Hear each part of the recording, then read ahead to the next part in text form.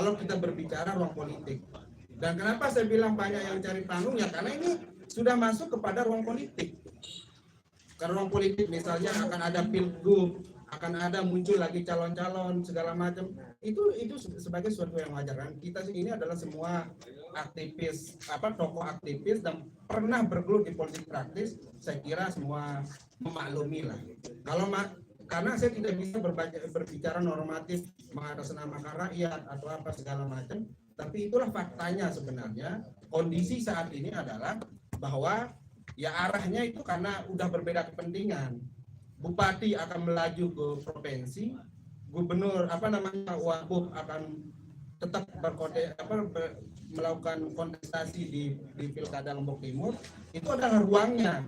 Dan kebetulan misalnya karena sudah terjadi paket maksimal, misalnya Rumaksi Jamal sudah terjadi, ini ada irisannya dengan politik pilgub juga, sehingga muncul kritik seperti itu. Itu saya anggap bahwa statement itu adalah statement politik, bukan statement sebagai misalnya sebagai satu pemerintahan di bawah pemerintahan Sukma. Itu aja mungkin, terima kasih. Baik, terima kasih ya, tepuk tangan ya buat kita semua yang tidak pada ngantuk ya. Jadi terakhir saya berikan kepada Banteng Hitam, katanya ini dengar ini Banteng Hitam menyusur kemana gitu ya. Banteng nyusur mana Banteng nyusur? Oh ini dia ini arah kebaikan kayaknya. Bagaimana pandangannya terkait dengan kondisi kita hari ini. Silakan. Oke, mewakili Pak Tua ini Pak Oyo. Salam bahagia untuk kita semua, pembicara, teman-teman sekalian. Langsung saja, ada dua hal yang perlu saya garis bawahi. Pertama, soal disharmonis sama dengan injury time. Sesungguhnya saya mulai dari yang menarik ini di injury time-nya.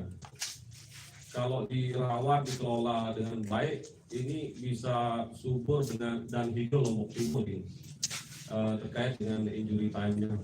Nah, pertama soal disharmonis. Saya pikir ini kejadian biasa yang dibuat luar biasa, karena memang waktunya yang disebut teman-teman aktivis ini mendekati akhir jabatan kan.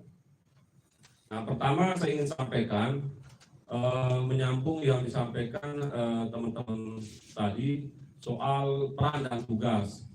Yang namanya wakil tentu jabatan apabila ya seharusnya sepakat dengan Bung Hafiz, yang namanya jabatan apabila harus punya etika dong, harus mengikuti apa yang disampaikan oleh atasan misalnya kan.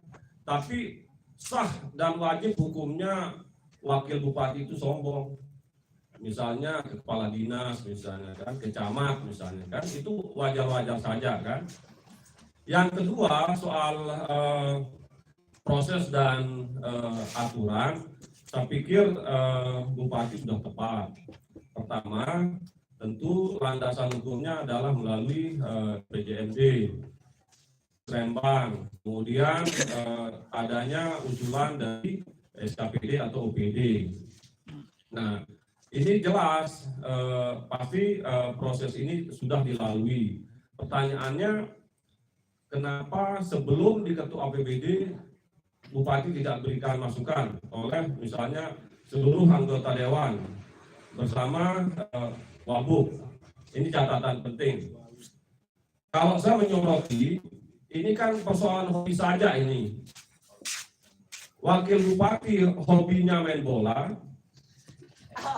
bupati senangnya bule. Ini aja persoalannya. Sehingga kenapa tidak misalnya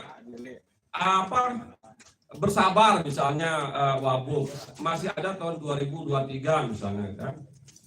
Kalau misalnya soal hobi ini dipermasalahkan kan. Karena satu senang main bola, satu senang bule. Ini ada kalau persoalannya. Barangkali itu aja. Mana berjemur